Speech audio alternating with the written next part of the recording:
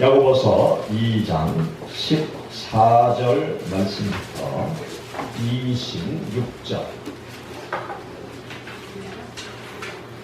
야고보서 2장 14절 말씀부터 함께 공독하시겠습니다. 내 형제들아, 만일 사람이 믿음이 있노라도 평안이 없으면 무슨 이익이 있으리요? 그 믿음이 능히 자기를 구원하겠느냐? 만일 형제나 자매가 헐벗고 너희 중에 누구든지 그에게 이르되 평안히 하라, 더욱게 하라, 배부르게 하라 하며 그 몸에 쓸 것을 주지 아니하면 무슨 이익이 있으리요? 이와 같이 평안이 없는 믿음은 그 자체가 죽은 것이다.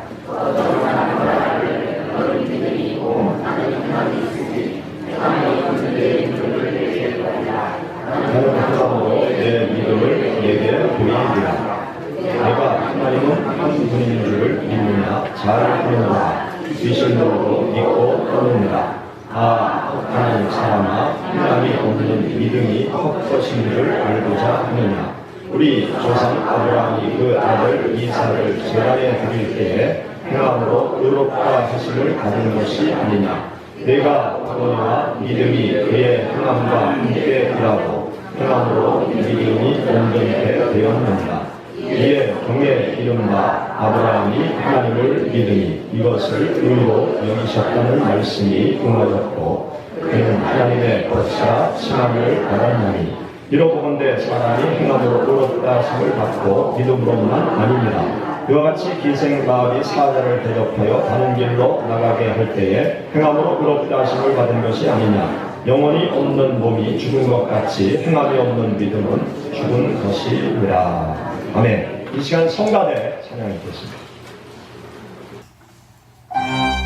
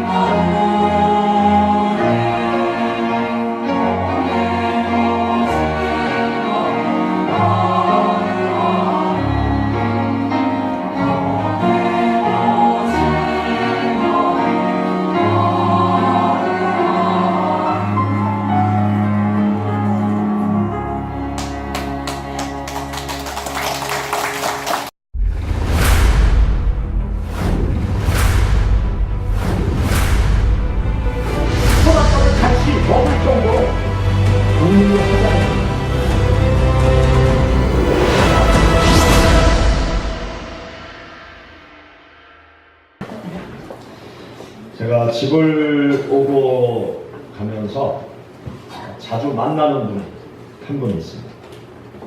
이분을 알게 된 것은 이분이 저희 교회에 몇 번 출석을 해서 이분을 알게 됐어요.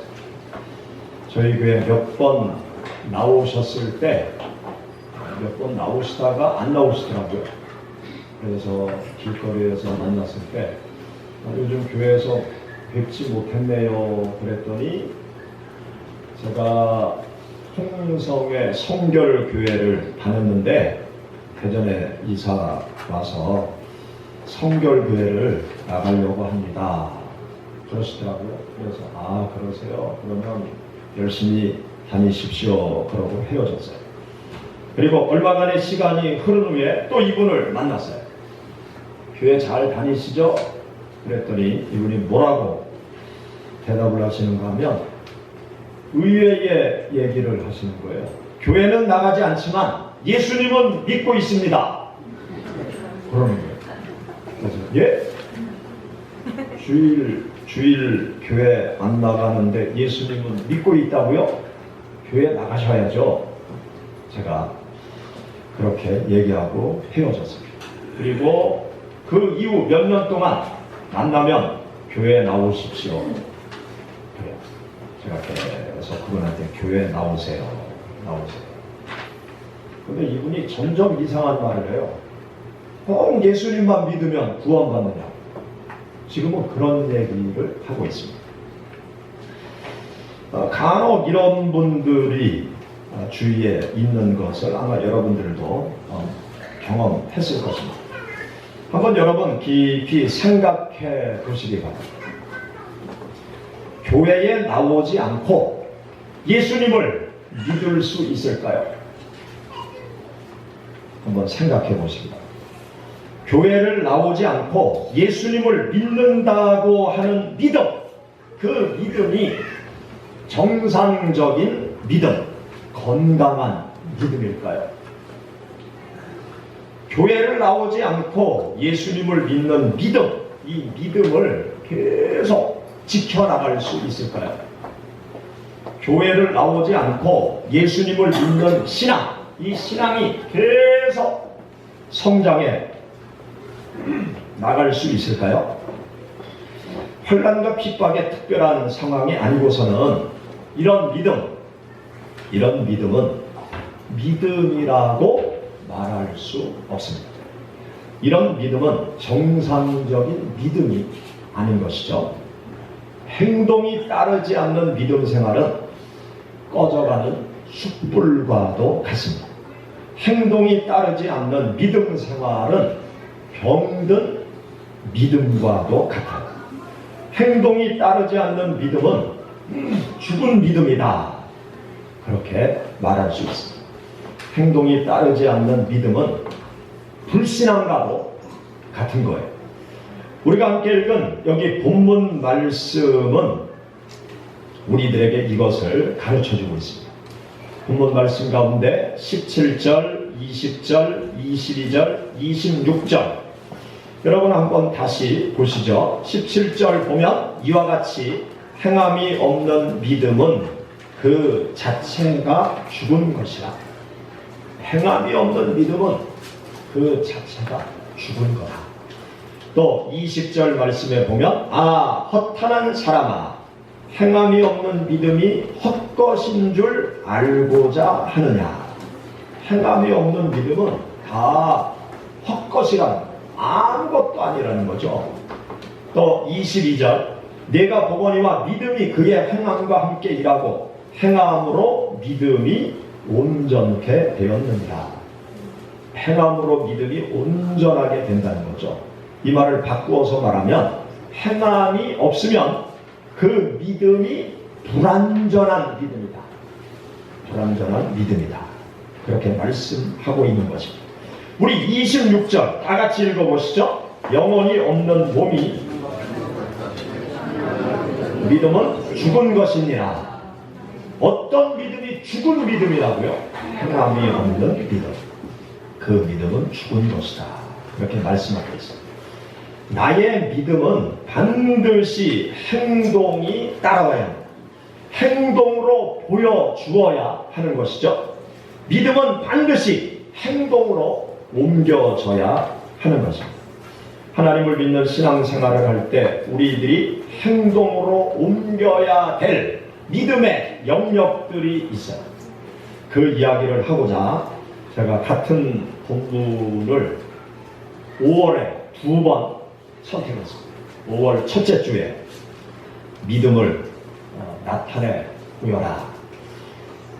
믿음을 나타내 보여라. 그런 설교를 첫 번째로 했고, 오늘 두 번째로 우리가 하나님을 믿는 신앙생활을 할 때 행동으로 옮겨야 될 구체적인 믿음의 영역, 아주 중요한 믿음의 영역이 있는데 못다한 설교를 여러분들에게 하고자 같은 본문을 선택했습니다. 우리가 하나님을 믿는 신앙생활을 할 때 행동으로 보여주어야 될 믿음이 있는데 첫 번째로 무엇인가 하면 주일 성수하는 믿음. 하나님을 믿는 자녀들은 주일 성수하는 생활을 통해서 하나님을 믿는 믿음을 하나님과 사람들에게 나타내 보이는 신앙생활을 해야 되는 것입니다. 우리가 주일날 상점에 가서 보면 어떤 가게에 이런 문구가 적혀 있어요. 주일은 쉽니다. 그런 문구가 적혀 있는 것을 보게 됩니다. 여러분들이 식당에 갔는데 식당의 문 앞에 주일은 쉽니다. 이런 문구가 걸려 있으면 무슨 생각을 하십니까? 아, 이 집이 교회 다니는 집이구나. 아, 이 주인장이 예수님 잘 믿는 사람이구나. 그것을 주일은 쉽니다 라는 문구를 통해서 여러분들이 생각하게 되죠. 이것이 믿음을 행동으로 보여주는 것입니다. 행동이 따르는 신앙생활을 하는 것입니다. 하나님께서 하나님을 믿는 이스라엘 백성들에게 10계명의 말씀과 그 외의 계명의 말씀들을 주셨어요. 출애굽기 20장 말씀을 보면 우리가 잘 아는 10계명의 말씀이 기록되어져 있죠. 10계명의 말씀은 크게 두 가지입니다. 첫 번째 계명부터 네 번째 계명의 말씀은 하나님과의 관계에 대한 계명의 말씀, 그리고 다섯 번째부터 열 번째 계명까지는 사람들과의 관계 속에서 어떻게 해야 되는지를 우리에게 교훈해 주고 있어요. 예수님께서 이 10계명의 말씀을 두 문장으로 요약하셨죠. 하나님을 사랑하라, 이웃을 사랑하라, 이것이 율법이요 강령이니라. 그러면서 10계명의 말씀을 두 문장으로 간단하게 요약해서 교훈하셨습니다. 10계명 말씀 가운데 1계명부터 4계명까지의 말씀을 여러분들 한번 찾아보시죠. 출애굽기 20장 우리 1절, 2절 말씀, 출애굽기 20장 1절, 2절 같이 봉독하겠습니다. 하나님이 이 모든 말씀으로 말씀하여 이르시되 나는 너를 애굽 땅 종되었던 집에서 인도하여 낸 내 하나님 여호와니라. 이스라엘 백성들에게 내가 너희를 애굽 땅에서 건져내었다. 애굽 땅에서 너희를 구원해냈다. 내가 너희를 노예의 상태에 있는 너희를 내가 해방시켜 주었다. 그러니까 이제부터는 나만 섬겨라. 우상을 숭배하지 말아라. 내 이름을 망령되이 일컫지 말아라. 그렇게 10계명의 말씀, 2계명, 3계명 하나님께서 말씀하세요. 그러면서 하나님께서 적극적인 행동을 요구하는 말씀을 4계명에서 하십니다. 우리 8절 말씀부터 11절 말씀 같이 읽어보시죠. 안식일을 기억하여 거룩하게 지키라. 엿새 동안은 힘써 내 모든 일을 행할 것이나 일곱째 날은 내 하나님 여호와의 안식일인즉 너나 내 아들이나 내 딸이나 내 남종이나 내 여종이나 가축이나 내 문 안에 머무는 객이라도 아무 일도 하지 말라. 이는 엿새 동안에 나 여호와가 하늘과 땅과 바다와 그 가운데 모든 것을 만들고 일곱째 날에 쉬었음이라. 그러므로 나 여호와가 안식일을 복되게 하여 그날을 거룩하게 하였느니라. 아멘. 하나님께서 네 번째 계명 안식일을 기억하여 거룩히 지키라 라는 말씀을 하십니다. 하나님을 믿는 믿음을 가졌으면 그 믿음을 행동으로 보여야 되는데 어떤 행동으로 보여야 되느냐? 주일날은 하나님 앞에 찾아 나와서 하나님 앞에 예배드리고 봉사하면서 거룩하게 보내라고 하나님께서 하나님을 믿는 자녀들에게 행동을 요구하십니다. 안식일을 지키라고 명령하시는 이 계명의 말씀을 주신 이유가 무엇일까요? 이단 가운데 안식교인들은 안식일을 지켜야 구원받는다 그렇게 얘기하죠. 계명의 말씀을 지키고 구원받도록 하기 위해서 하나님께서 십계명의 말씀을 주셨을까요? 그건 아니죠. 십계명의 말씀과 다른 율법의 말씀을 주신 이유는 하나님의 자녀, 하나님의 나라 백성이 되었기 때문에 율법을 지켜라. 하나님의 자녀임을 스스로 인식하면서 살아가도록 하기 위해서 율법을 지켜라. 하나님의 자녀임을 나타내 보이기 위해서 십계명과 다른 계명의 말씀들을 철저히 지켜라. 그 목적을 가지고 하나님께서 십계명과 율법의 말씀을 주신 것입니다. 안식일을 기억하여 거룩히 지키라고 말씀하시는 이유도 여기에 있는 것입니다. 하나님을 믿는 하나님의 자녀이면 안식일날 하나님 앞에 찾아나와서 하나님께 예배드리고 거룩하게 하루를 보내라고 하나님께서 말씀하고 있는 것입니다.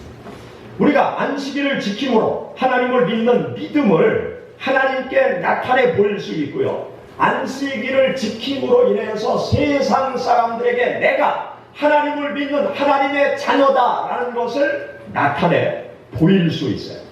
안식일을 지킴으로 우리는 하나님께 예배드리면서 하나님께 영광 돌리고 또 하나님께서 우리에게 주시는 은혜를 듬뿍 받고 영적으로 세임을 얻어서 한 주간 하나님의 백성으로 세상을 살아갈 수 있는 것입니다.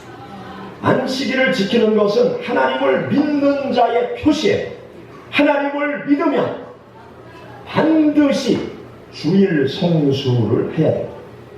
교회 안 나가고 집에 있어도 하나님을 믿으면 내가 주일 성수하는 거다. 성경에 그런 구절 어디에도 없어요. 그거는 잘못된 것입니다. 주일 성수하지 않으면, 주님 앞에 찾아나와 주일 성수하지 않으면 하나님을 믿는다고 말하는 것은 올바른 믿음이 아니에요. 가정에서 TV 보고 주일날 예배드리면 주일 성수한 거다. 그거 잘못된 것입니다. 하나님의 전에 찾아나와 이 땅에 하나님께서 세우신 유일한 기관인 하나님의 교회에 찾아나와서 하나님 앞에 예배 드리는 것이 정상적인 주일 성수하는 방법인 것입니다. 주일 성수, 교회 나와서 주일 성수하지 않으면서 하나님을 믿는다고 말하는 것은 다 거짓말, 다 잘못된 것입니다.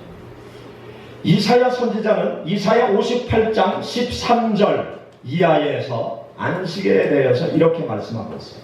만일 안식일에 네 발을 금하여 내 성일에 오락을 행하지 아니하고 안식일을 일컬어 즐거운 날이라 여호와의 성일을 존귀한 날이라 하여 이를 존귀하게 여기고 내 길로 행하지 아니하면 내 오락을 구하지 아니하며 사사로운 말을 하지 아니하면 하나님이 축복하신다는 거예요. 우리 이사야 58장 찾아보시죠. 이사야 58장 14절.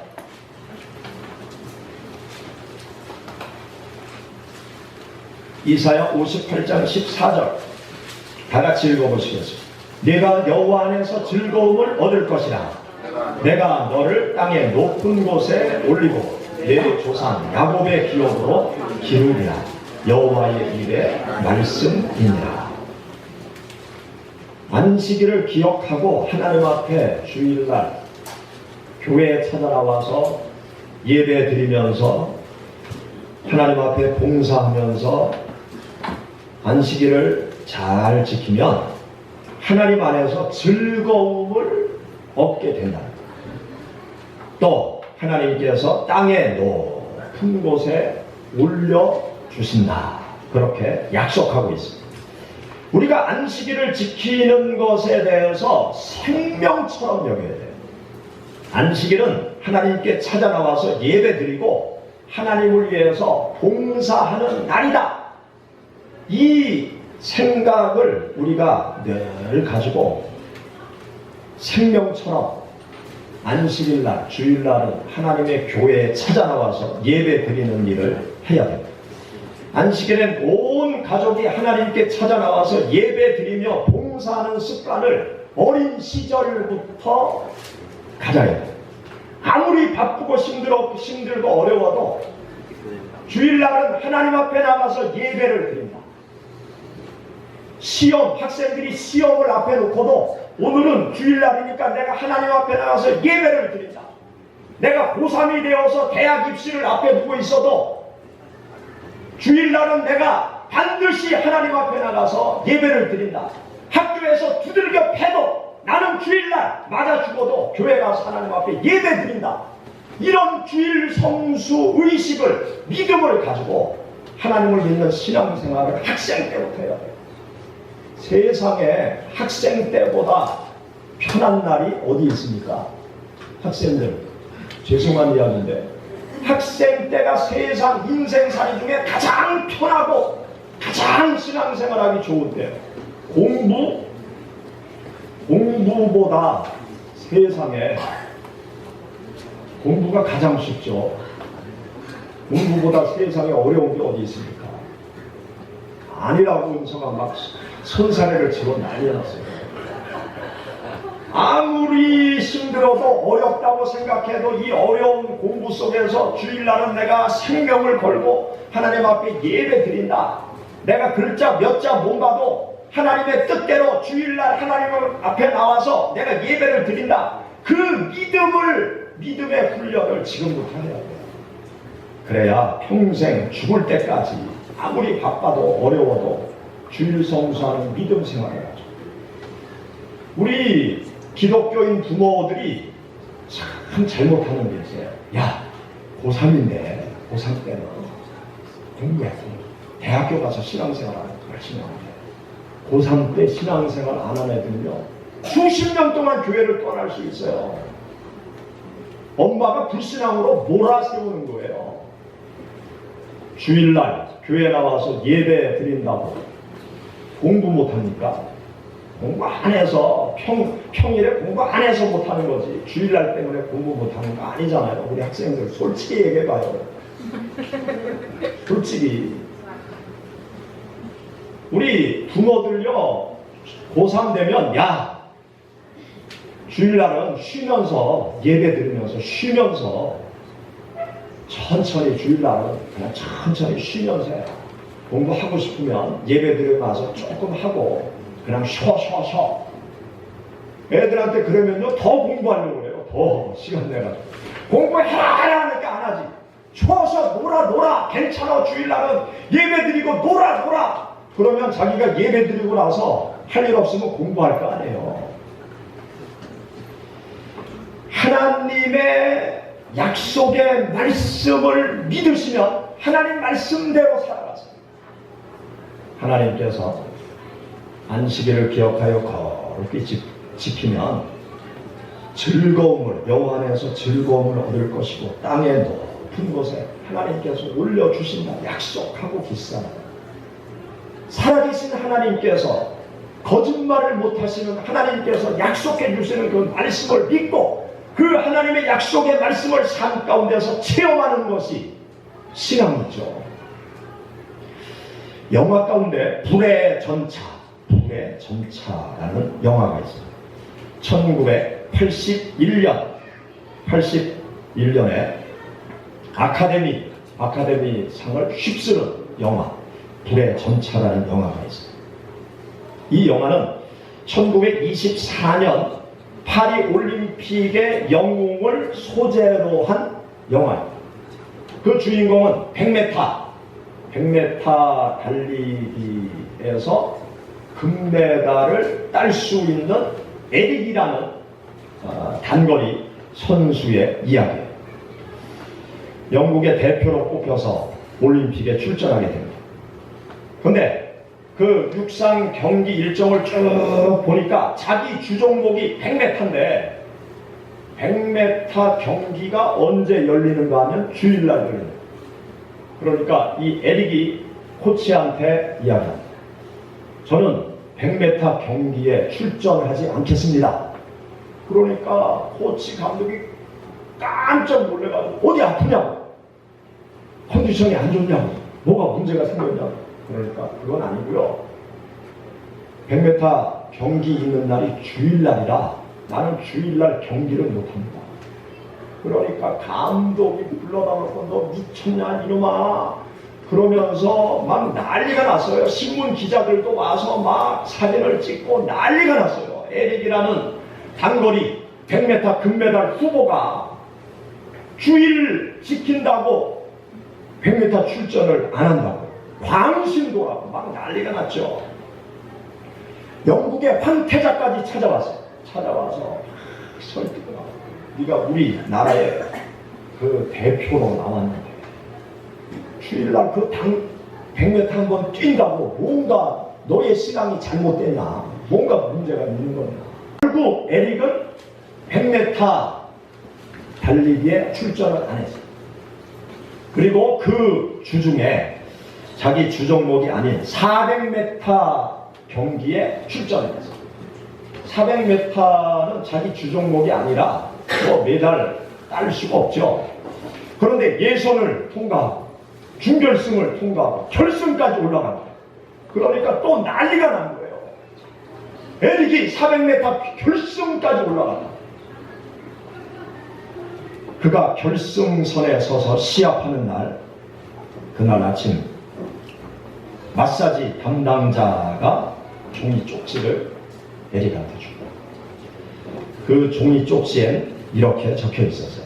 사무엘상 2장 30절, 나를 존중히 여기는 자를 내가 존중히 여기고 라고 말씀하고 있습니다. 항상 최선을 다하시기 바랍니다. 그런 메모 쪽지를 에릭이 줬습니다. 그리고 400m 출발선에 서서 땅 하고 출발을 했어요. 어떻게 됐을까요? 이 에릭이요, 자기의 주종목이 아닌 400m 달리기에서 1등을 한 거예요. 1등을 했는데 그냥 1등이 아니라 세계 기록을 갱신하고 그 후 16년 동안 그 신기록이 깨지지 않는 아주 엄청난 기록으로 금메달을 이 에릭이 따게 되었습니다. 하나님께서 높여주시리라 말씀하시는 그 말씀을 에릭이 체험한 것이죠. 그리고 하나님의 말씀대로 사는 자에게 주시는 그 축복을 많은 전 세계 사람들에게 널리 알리게 된 것입니다. 우리는 주일 성수를 생명처럼 여겨야 돼요. 내가 공부 잘하는 방법이 주일 성수하는 방법이다. 내 인생을 복되게 만드는 것이 주일 성수하는 방법이다. 이 믿음을 가지고 주일 성수를 생명처럼 여기고 주일날 하나님 앞에 찾아나와 예배드리고 봉사하면서 우리의 평생을 살아가야 될 것이다. 두 번째로 우리가 행동으로 보여주어야 될, 행동이 따라야 될 믿음의 영역이 있는데요. 그것은 무엇인가 하면 11조 생활을 통해서 나의 믿음을 나타내 보여야 돼요. 나의 믿음의 행동을 드러내야 돼요. 하나님을 믿는 하나님의 자녀이면 하나님께 11조 드리는 믿음의 행동을 나타내 보여야 돼요. 내가 시간과 건강과 재능과 삶을 불태워서 소유하게 된 물질, 또 나의 삶의 분신과도 같은 물질, 이 물질의 10분의 1을 하나님 앞에 드리는 것, 이것이 11조 생활이죠. 이 11조 생활은 단순히 물질을 드리는 것이 아닙니다. 11조 생활하는 것은 하나님께 나를 드리는 거예요. 하나님이 나의 주인이심을 고백하는 것이 11조 생활입니다. 또 나의 삶을 들여서 하나님을 내가 사랑합니다 라고 고백하는 것이 바로 이 11조 생활입니다. 하나님은 이러한 믿음, 마음을 보기를 원하세요. 너희가 나에게 돌아왔느냐? 그러면 나에게 보여라. 그렇게 말씀하세요. 여러분, 말라기서 우리 3장 7절부터 10절의 말씀 한번 찾아보시죠. 말라기서 3장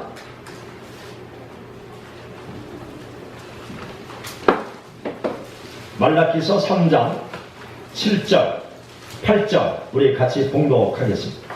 만군의 여호와가 이르노라. 너희 조상들의 날로부터 너희가 나의 규례를 떠나 지키지 아니하였도다. 그런즉 내게로 돌아오라. 그리하면 나도 너희에게로 돌아가리라 하였더니 너희가 이르기를 우리가 어떻게 하여야 돌아가리까 하는도다. 아멘. 여기 보면 하나님께서 이스라엘 백성들에게 너희는 내게로 돌아와라. 너희가 나의 곁을 떠나서 너희들이 고난과 환난 속에 처해 있는데 나에게로 돌아와라. 하나님께서 말씀하셨어요.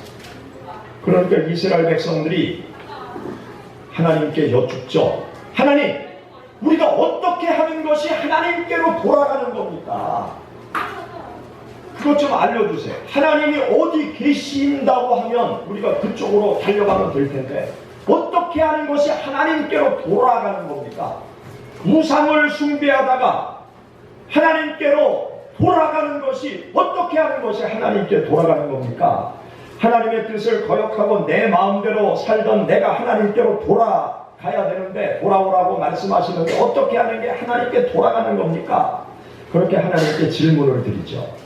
그러니까 하나님께서 3장 8절에 말씀하세요. 8절 읽어보시죠. 사람이 어찌 하나님의 것을 도둑질하겠느냐? 그러나 너희는 나의 것을 도둑질하고도 말하기를 우리가 어떻게 주의 것을 도둑질하였나이까 하는도다. 이는 곧 11조와 봉헌물이라. 너희 곧 온 나라가 나의 것을 도둑질하였으므로 너희가 저주를 받았느니라. 만군의 여호와가 이르노라. 너희의 온전한 11조를 창고에 들여 나의 집에 양식이 있게 하고 그것으로 나를 시험하여 내가 하늘문을 열고 너희에게 복을 쌓을 것이 없도록 듣지 아니하나 보라. 여기 보면 하나님께로 돌아온 그 표시로 하나님이 요구하는 것이 있어서 그것은 11조 생활입니다. 하나님 앞에 11조 드리지 않는 너희들의 생활을 다 청산하고 나에게 11조를 드릴 때 너희가 나에게 진정 돌아온 것으로 내가 알겠다. 그렇게 하나님께서 말씀하시는 것입니다. 11조 드리는 믿음의 행동을 보시고 하나님은 하나님께 온전히 돌아왔다는 것을 인정하시겠다는 거예요. 11조를 드리지 않으면서 하나님께로 돌아왔다고 말하면 하나님은 그것을 믿지 않으시겠다는 거예요. 동의할 수 있습니까? 하나님이 우리들의 속마음을 너무나 정확하게 아세요.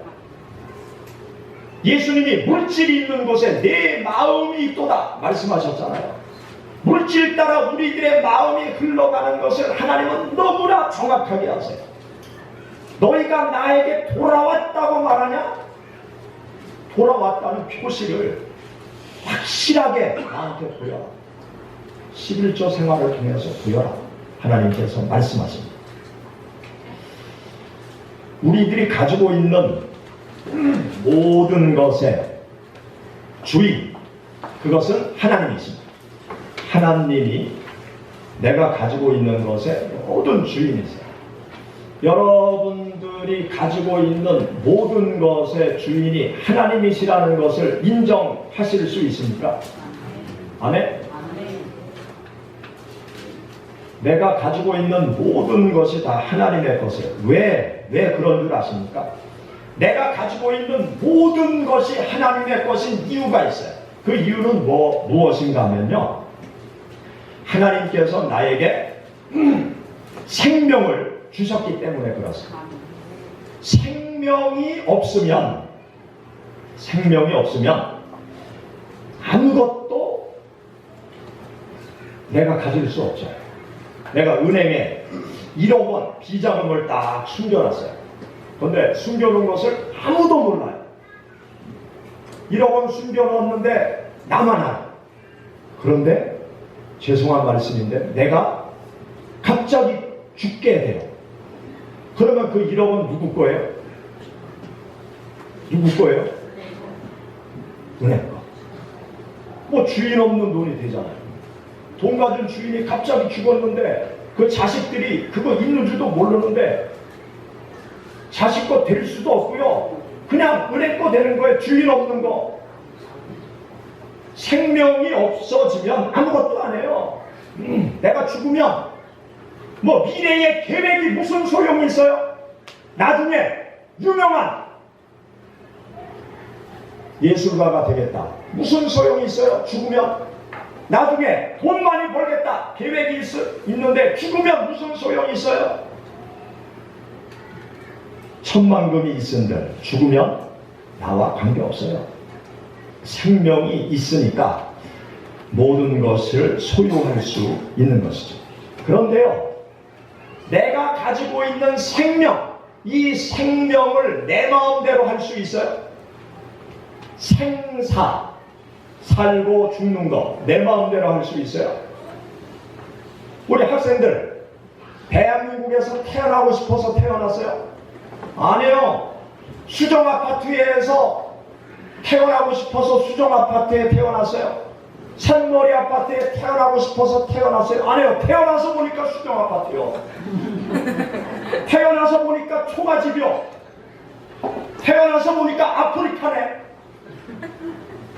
내 마음대로 안 돼요. 내 마음대로 태어나는 거. 생을 얻는 거 내 마음대로 안 돼요. 그러면 반대로 죽는 거.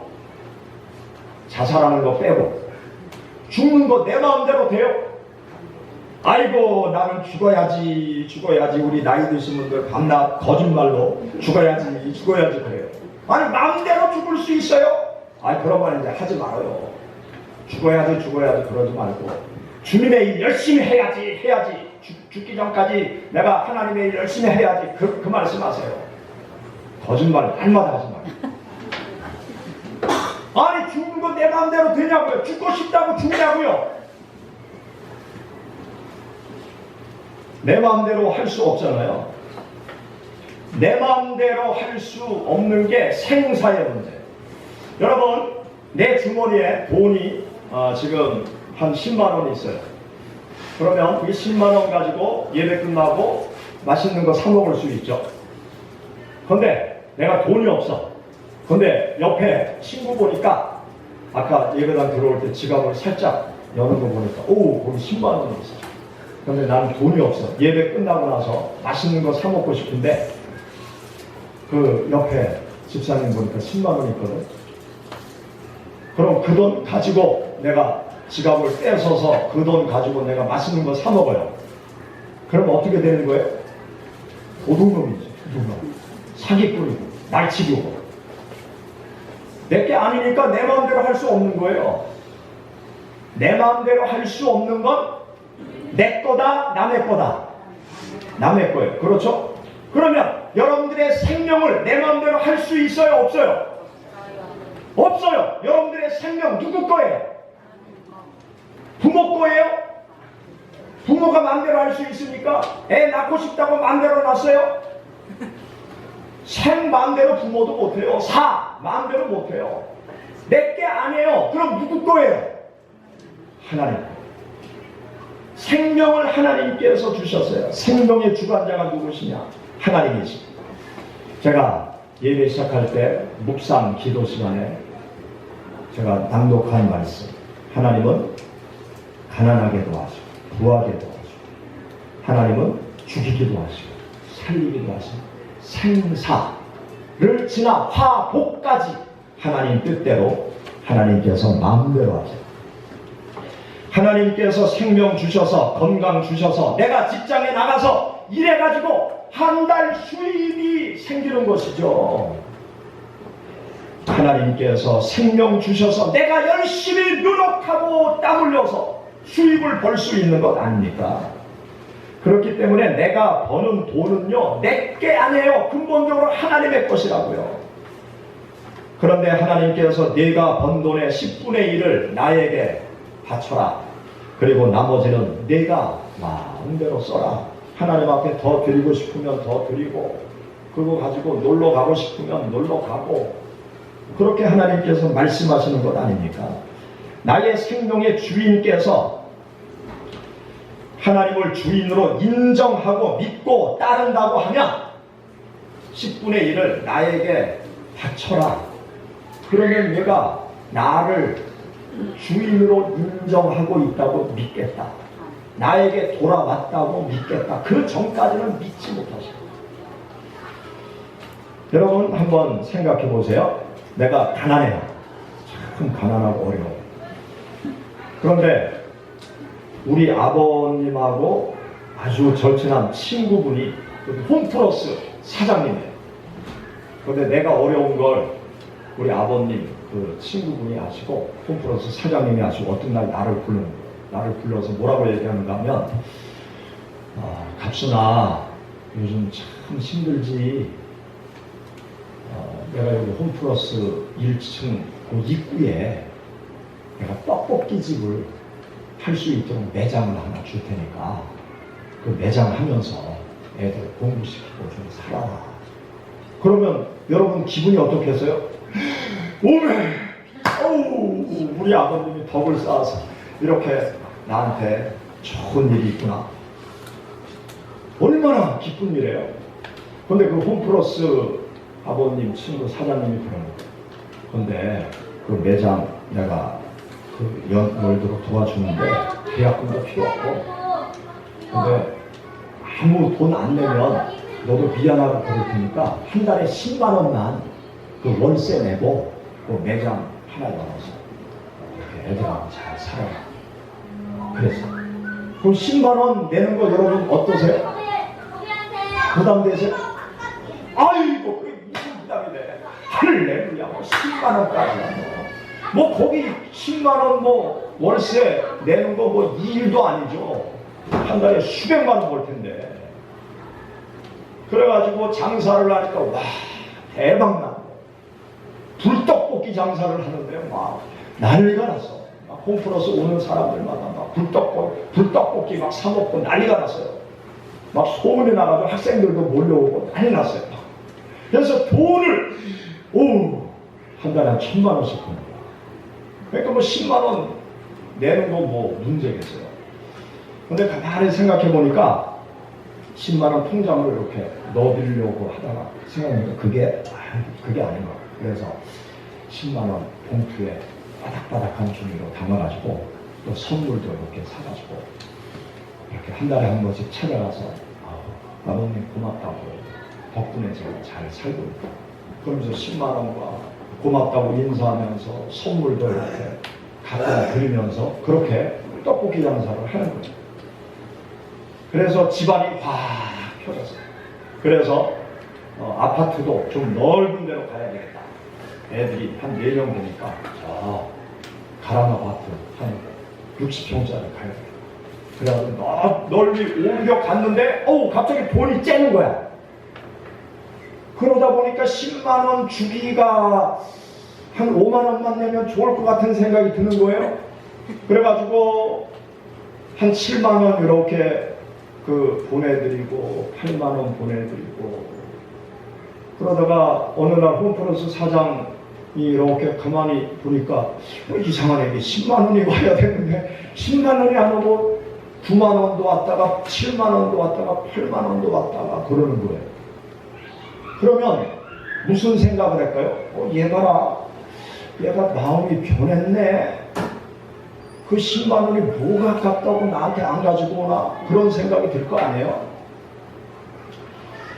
우리가 하나님 앞에 11조를 바치는 것을 보고 하나님께서 내가 나에게로 온전히 돌아온 것을 인정해 주겠다. 여러분에게 이러한 믿음이 있습니까? 기쁨으로 드리는 여러분들의 삶 속에 하나님께서 축복하실 줄 믿습니다. 이러한 믿음이 아직 없습니까? 아이고 목사님 돈 얘기하네. 내가 이래서 신앙생활 하기가 싫어. 그런 분들 계십니까? 그런 분들은요, 드리지 마세요. 돈 얘기하네. 그런 생각이 퍼뜩 드시는 분은 헌금하지 마세요. 헌금하지 말고 교회 나오세요. 헌금하지 말고 예수님 믿으세요. 돈 때문에 천국 못 가서는 되겠어요. 그런데 이런 기도는 꼭 드리세요. 하나님, 11조를 드릴 수 있는 믿음을 주옵소서. 11조를 드림으로 하나님의 축복을 받는 경험을 하게 하옵소서. 그렇게 기도를 꼭 하시기 바랍니다. 그래서 11조 드리고 싶은 마음과 믿음이 생길 때 하나님 앞에 드리세요. 그러면 여러분들에게 축복이 됩니다. 이러한 믿음이 없습니까? 그러면 제가 도전을 해보겠습니다. 한번 모험을 해보세요. 여기 성경 말씀에도 나를 시험해봐라. 하나님께서요, 오죽 사람들이 하나님의 말씀을 믿지 못하니까 한번 시험해봐라. 하나님을 테스트한다는 게 말이나 됩니까? 인격 모독이죠. 그런데 하나님께서 말씀하세요. 시험해봐라. 한번 도전해보세요. 한번 모험해보세요. 온전한 11조 드리는 생활을 한번 모험해보세요. 내가 굶어 죽나? 정말 하나님의 축복처럼 더 잘되는 일이 생기나? 한번 도전하고 모험해보세요. 인생이 뭡니까? 도전하고 모험하는 것이 인생 아니에요? 도전하고 모험하는 자가 새로운 세상을 보는 것 아닙니까?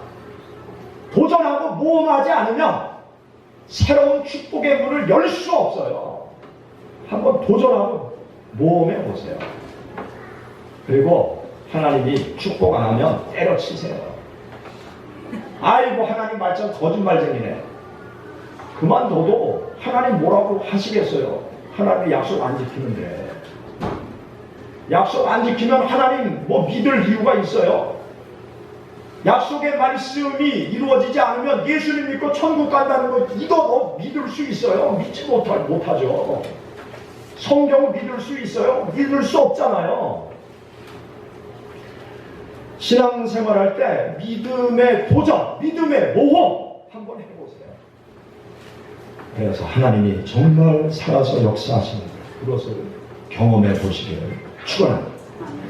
세 번째로 우리가 어떤 믿음의 행동을 보여야 되는가 하면 전도하는 생활을, 예수 그리스도를 믿는 성도들은 전도하는 생활로 하나님을 믿는 나의 믿음을 세상 사람들에게 널리 알리고 세상 모든 사람들을 구원하는 일을 해야 합니다.